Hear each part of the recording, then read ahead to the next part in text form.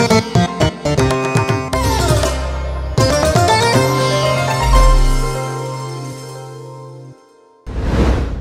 প্রিয়জনেরা, প্রভু যীশু খ্রিস্টর নামে আপনাদের সকলকে আমি জানাই অভিনন্দন।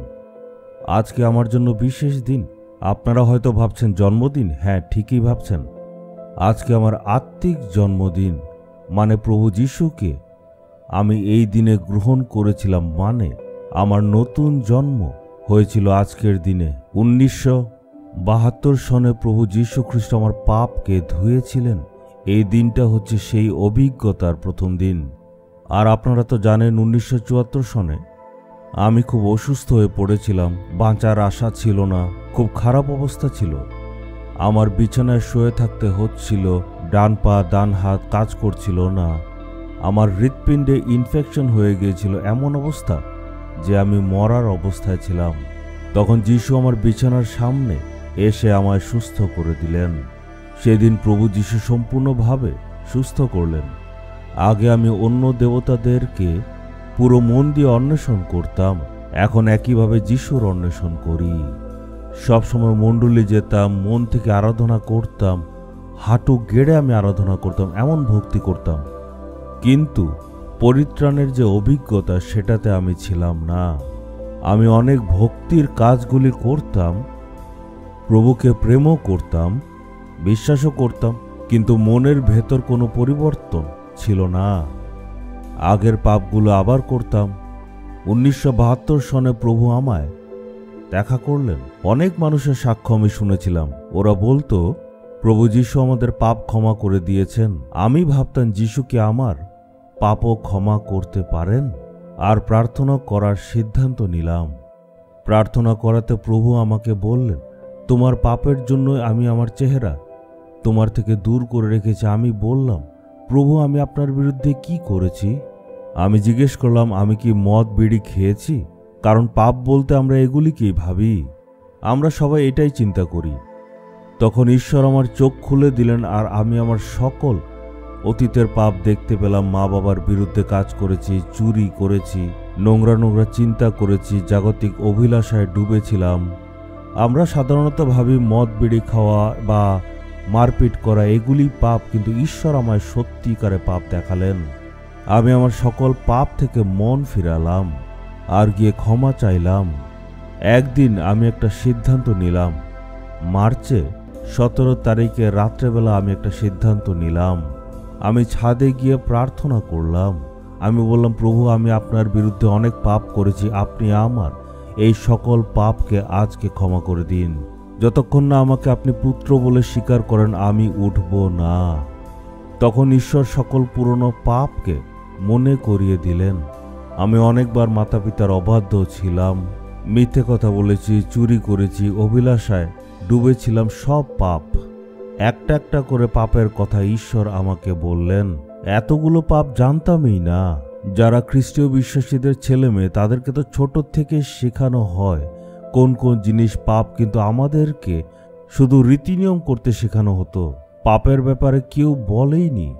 আর সেই দিন রাত্রে আমি ঈশ্বরের কাছে সম্পূর্ণ হৃদয় দিয়ে পাপ স্বীকার করলাম। আমি রাত 9টার সময় প্রার্থনা শুরু করেছিলাম। 10টা হলো, 11টা হলো, 12টা হলো, ভোর সকাল হয়ে গেল। আর ভোরবেলা যখন সকাল 4টে বাজে, তখনও আমি প্রার্থনা করছিলাম। আর সেই সময় প্রভু যীশু আমাকে দর্শন দিলেন। তখন প্রায় ভোর 4টা বাজে যীশু আমায় দর্শন দিলেন, আর মন খুলে উনি কথা বললেন, আমায় ডাকলেন পুত্র। উনি আমাকে বললেন, আমি তোমার সকল পাপ দূর করে দিলাম। তখন মনে আনন্দ আসলো, আমার হৃদয় তখন পাল্টে গেল। আর আমি তখন অনুভব করতে পারছিলাম আমি নতুন ব্যক্তি। প্রভু যীশু আমাকে ক্ষমা করেছিলেন, আমাকে উনি ডেকেছেন আমার ছেলে। এত আনন্দ, আমার চোখ দিয়ে জল বের হচ্ছিল। এই দিনটা কখনো ভুলব না। আর সেই দিন থেকে আমার পুরনো সকল অভ্যাস পাল্টে গেল। ঈশ্বর আমায় নতুন মন দিলেন। কোন দিন সুস্থ হয়েছিলাম আমি ভুলে গেছি, কিন্তু পরিত্রাণের দিন এখনো মনে আছে। এত বছর ধরে ঈশ্বর তার অনুগ্রহ আমাকে দিয়েছেন, আমি তার জন্য খুবই কৃতজ্ঞ। ওনাকে ধন্যবাদ জানাই। আজকে প্রভু আপনাকে বলতে চাইছেন যিশায় 43 অধ্যায়ের 1 পদে, তুমি ভয় পেও না, কারণ আমি তোমাকে মুক্ত করেছি, আমি নাম ধরে তোমাকে ডেকেছি, তুমি আমার। প্রভু বলছেন, আমার সন্তান, তুমি আমার। আপনি সাহসের সহিত বলতে পারবেন আমি প্রভুর সন্তান? আমি কিন্তু সাহসের সহিত বলতে পারবো, ঈশ্বর আমার পাপ ধুয়ে দিয়েছেন, ঈশ্বর আমার সকল পাপ মুছে দিয়েছেন। আমি তো বলতে পারবো, কিন্তু আজকে আপনি সেরকম কথা বলতে কি পারবেন? আপনি বলতে পারেন, আমি তো অনেক ধর্মকর্ম করি, ঈশ্বরের আরাধনা করি। আপনি কি জানেন যে শয়তান যিশুকে ভয় করে? বাক্যের মধ্যে লেখা আছে, ঈশ্বরের সামর্থ্যকে শয়তান খুব ভয় পায়। আজকে আপনার মধ্যেও কি এমন ধরনের ভয় আছে? নাকি সত্যিকারে আপনি প্রভুর যে পরিত্রাণ তার অভিজ্ঞতায় আনন্দ করছেন? ভয় করো না, আমি তোমায় মুক্ত করেছি। ঈশ্বর বলছেন, হে আমার ছেলে আর হে আমার মেয়ে, তুমি আমার সন্তান। এই অভিজ্ঞতা কি আপনার আছে? না থাকলে আজকে আসুন। আমি তো অনেক লম্বা প্রার্থনা করেছি, আপনাদের এত করতে লাগবে না, কারণ আমি তো একজন বিশাল বড় পাপী ছিলাম। আজকে আপনি ছোট্ট একটা প্রার্থনা করুন, সেটাই যথেষ্ট। আজকে আপনি ঈশ্বরকে বলুন, হে প্রভু, আপনার বিরুদ্ধে আমি পাপ করেছি, আজকে আপনি আমার সকল পাপকে ক্ষমা করে দিন। উনি আপনাকে ক্ষমা করবেন। আপনি যদি প্রভুর সন্তান হতে চান, তখন দেখবেন আপনার মনে আনন্দ আসবে। যদি এখনো ক্ষমা চাননি, এখনই চেয়ে নিন। আপনি যদি পরিত্রাণ পেয়ে থাকেন, আজকে প্রভু ঈশ্বরকে ধন্যবাদ দিন। বুকে হাত রেখে বলুন, হে প্রভু, আপনি আমায় ক্ষমা করেছেন, এর জন্য আপনাকে ধন্যবাদ জানাই। হে প্রভু, যারা যারা এই ভিডিও দেখে নিজের পাপকে স্বীকার করেছে, তাদেরকে আপনি আশীর্বাদ দিন। আজকে আপনি তাদেরকে বলুন, আমি তোমাদেরকে মুক্ত করেছি, তোমরা আমার ভয় করো না। এই ভাইয়ের সাথে, এই বোনের সাথে আজকে আপনি প্রভু কথা বলুন।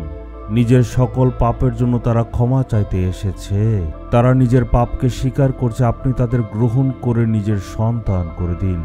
হে প্রভু, এমন একটা আশীর্বাদ আপনি আমাদের দিয়েছেন, ধন্যবাদ জানাই।